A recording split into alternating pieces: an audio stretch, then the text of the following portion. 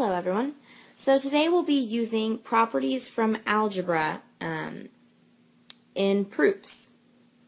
So first, the algebraic properties of equality. In all of these examples, A, B, and C are real numbers. So they're whole numbers, they're integers, they're fractions, they're decimals, they're rationals, but they're not imaginary or complex. So the addition property says that if A is equal to B, then A plus C is equal to B plus C. So we've added C to both sides. So we've increased both sides by the same value, so our equality has not changed. Similarly, the subtraction property says that if A is equal to B, then A minus C is equal to B minus C. So we've taken C from both sides. Multiplication. If A is equal to B, then AC is equal to BC. We've scaled both sides of our equation by a factor of C, so we still have the equality. If A is equal to B and C is not equal to 0, then A over C is equal to B over C. It's very important that C is not 0 because, as we've talked about before, you cannot divide by 0. It gives you an error in your calculator. Alright, substitution. If A is equal to B, then A can be substituted for B in any equation or expression. We could also say the reverse, that B can be substituted for A in any equation or expression. And last, A times B plus C is equal to AB plus AC. So this is our distributive property, and in this case A, B, and C are still all real numbers. Alright, so now let's try a proof. Dum dum dum. No, really, it's not as bad as you think it's going to be. So the first thing I want us to do is over to the left of our table, just do the problem. So we want to solve 2x plus 5 is equal to 20 minus 3x. So I'm going to write that down. I'm going to follow my normal processes. I'm going to add 3x to both sides.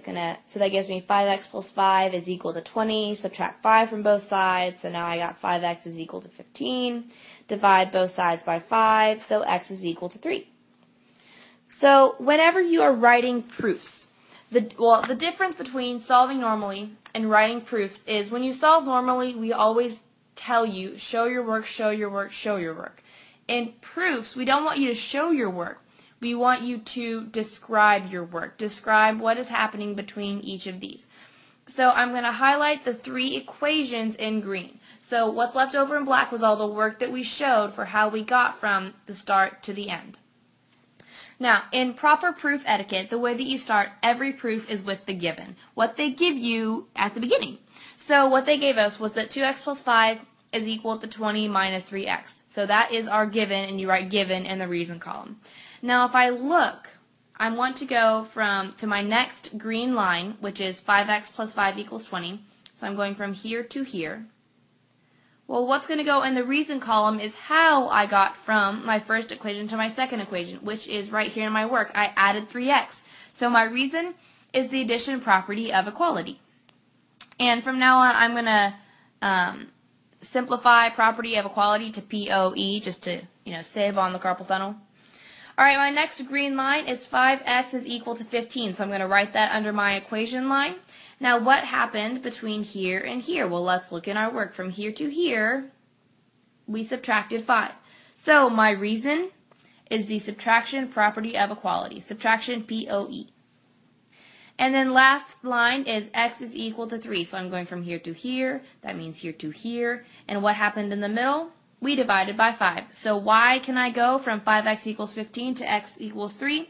The division property of equality. See, that wasn't so bad, was it?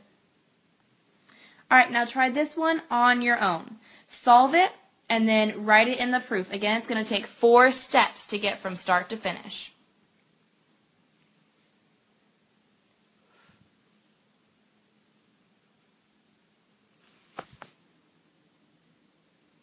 Alright. So as we are solving, the first thing that all of us should think to do is to distribute. So draw on your double rainbows of distribution, and we'll have negative 44x minus 8 is equal to 80. I'm going to add 8 to both sides, so negative 44x is equal to 88. When I divide by negative 4, I find that x is equal to negative 2. Now again, I'm going to highlight in green my equations, so everything left in black is just the work that I showed to get from point A to point B. Alright, so the first line of my proof is always going to be my given, and what they gave me was the negative 4 times 11x plus 2 in parentheses is equal to 80. Now, I'm going to write my next equation in the line, and I'm going to look from here to here. How did I get there from here to here? Well, I used my double rainbows of distribution. So the reason for this is the distributive property of equality, distributive POE. I'm going to write my next equation down, so going from here to here. What happened between here and here? Oh, I see. I added 8. So what did I use? The addition property of equality. And then my last equation, x is equal to -2. So going from here to here and here to here, what happened in the middle? Oh, we divided by -44. So we use the division property of equality. So all you're doing is replacing the show your work part with tell your work. Alright, so now we have a couple more properties that you're going to hear a lot about, and I expect you to use them often in your future geometric proofs. On your printout notes, if you chose to print them out, these are next to each other, so that it's equality on the left and congruency on the right. I didn't have the room on the slide, which is why mine's a little different, but please try not to confuse yourself. Alright, so for all of the following that I'm about to list, it's true for real numbers, we talked about before what real numbers are, segment lengths, and angle measures. So the reflexive property of equality is kind of like a mirror. When you look in the mirror, you see yourself back. So that means A is equal to A, or AB is equal to AB, or the measure of angle A is equal to the measure of angle E. What worked for equality will also work for congruency in this case. Segment AB is congruent to segment AB. Angle A is congruent to angle A. Now let's look at the symmetric property of equality. So for real numbers, that means if A is equal to B, then we can flip it and say B is equal to A. For segments, if AB is equal to CD, then CD is equal to AB. If a measure of angle A is equal to the measure of angle B, then the measure of angle B is equal to the measure of angle A. Again, we can say congruency. It works also for segments and angles. So if segment AB is congruent to segment CD, then segment CD is congruent to segment AB. And then last, if angle A is congruent to angle B, then angle B is congruent to angle A. And then the transitive property. So what this says is if A is equal to B and B is equal to C, then A is equal to C. So I've just cut out my middleman B and gone directly A is equal to C. If AB is equal to CD and CD is equal to EF, then AB is equal to EF, cutting out my middleman. Then if the measure of angle A is equal to the measure of angle B and the measure of angle B is equal to the measure of angle C, I can just take out my B and say the measure of angle A is equal to the measure of angle C. For segment length, if segment AB is congruent to segment CD and segment CD is congruent to segment EF, I can take out segment CD and just say that segment AB is congruent to segment EF. And then if angle A is congruent to angle B and angle B is congruent to angle C, then angle A is congruent to angle C. So again, I can just take out that middle angle. Now I have 3 problems for you to see if you know the difference between reflexive, symmetric, and transitive. So please pause the video and try to fill these 3 out on your own.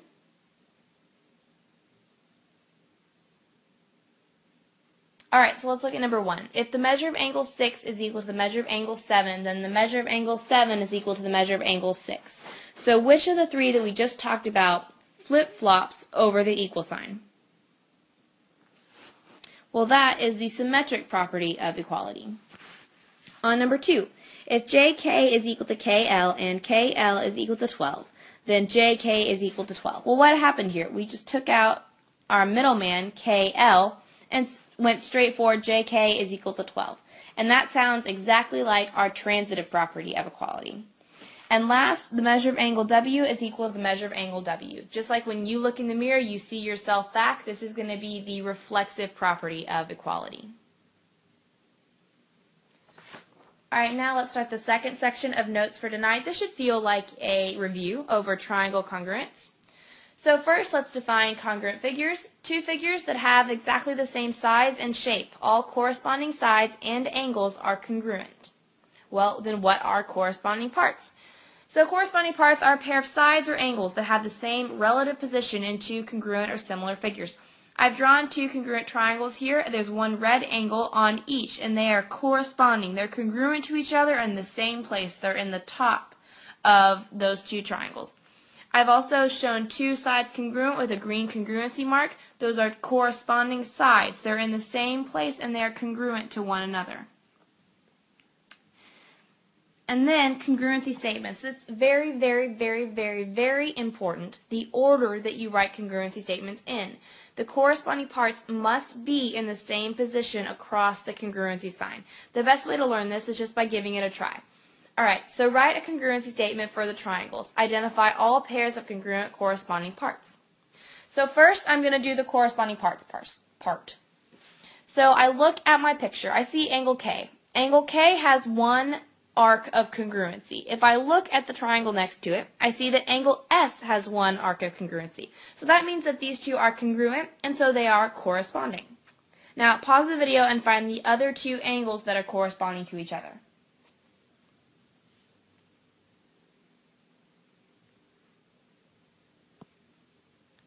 Hopefully you came up with L is congruent to angle R because they both have two arcs of congruency, and that J is congruent to T because they both have three marks of congruency. Now what you can do with angles, you can also do with sides. If I look, KL has two congruency marks. If I look onto my second triangle, I also see that SR has two congruency marks. So I can say that KL is congruent to SR. So now that I have two items in my congruency statement, I have to be careful about my order. If I look above, K is congruent to S. So then on my side congruency statement, when I write K, since it comes first in my statement, then I must write S first in my statement. They have to be in the same position on the triangle and in the same position in the statement. So now pause the video and name the other two sides that are congruent to each other. Other two sets of sides.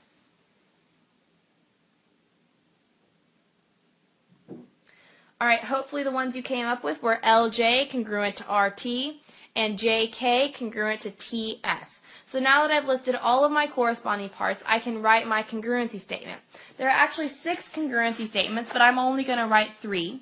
I like to write my corresponding parts first because, especially my angles, when I line it up, I see I have triangle KLJ and then triangle SRT. So if I write them in that same order, triangle KLJ is congruent to triangle SRT, then K is first and S is first, L is second and R is second, J is last and T is last. So my letters are in the same order, so they're in the corresponding parts line up in that position. There are 6 congruency statements. I just wrote 3. I just wrote them in different orders to show that they could be written in different ways, but if you notice, K is first, S is first, K is last, S is last, K is middle, S is middle. Every time, corresponding parts match up. Alright, now let's try a solving problem using corresponding parts. Alright, in the diagram, DEFG is congruent to SPQR. Find the values of X and Y. So as many of you have noticed on our tests and quizzes and worksheets, the diagram is never drawn to scale. It's always funky. And sometimes, like the one here, it's spun in a weird way, and so it's not that you can necessarily look at it and say, oh, right away I know what's happening. But you can always trust your congruency statement. If you're given a congruency statement in a problem, trust it before you would trust your picture. So I'm going to look at what I have below. I see that my X and Y values are both part of my SPQR quadrilateral, and that I have one equation with an isolated X and then one equation with 2 variables. I'm going to start with the isolated X first, and so that is on QR. So I'm going to draw a little like hump type thing from Q to R. And I want to see what its corresponding side would be. So since QR comes last in its quadrilateral, then that means FG is what is congruent to it. So QR is equal to FG, and we see that FG is equal to 12. So that means 2x minus 4 is equal to 12. And now it's pretty simple to solve. Add 4 to both sides, so 2x is equal to 16. Divide by 2, x is equal to 8. Now that we have x is equal to 8, we can plug it into our other equation that had 2 variables before. Well, if we look, this is the measure of angle Q. And we had the funky picture, so we're not sure where it can be, but we can always trust our congruency statement. So Q is the third letter in its congruency statement section, so it's going to be congruent and corresponding to the third letter, which in this case is F. So I can say that the measured angle Q is equal to the measured angle F. Well, we know angle Q is 6y plus x, and angle F is 68 degrees, so I can write my equation. 6y plus x is equal to 68, and I knew that x is equal to 8, so I'm just going to plug that in right there. So 6y plus 8 is equal to 68. Subtract 8 from both sides. 6y is equal, oh, well, that's supposed to say 60. 6y is equal to 60. Divide both sides by 6, and y should be equal to 10. All right, and then to round things off, we talked about reflexive, symmetric, and transitive just a second ago. These will hold for congruent triangles. So with the reflexive property, for any triangle ABC is congruent to triangle ABC. Reflects it right back to you. Symmetric property, if triangle ABC is congruent to triangle DEF, then triangle DEF is congruent to triangle ABC. And lastly, if triangle ABC is congruent to triangle DEF and triangle DEF is congruent to triangle JKL, then I can take out my middleman and say that triangle ABC is congruent to triangle JKL. All right, that's all I have for you today, and I will see you in class.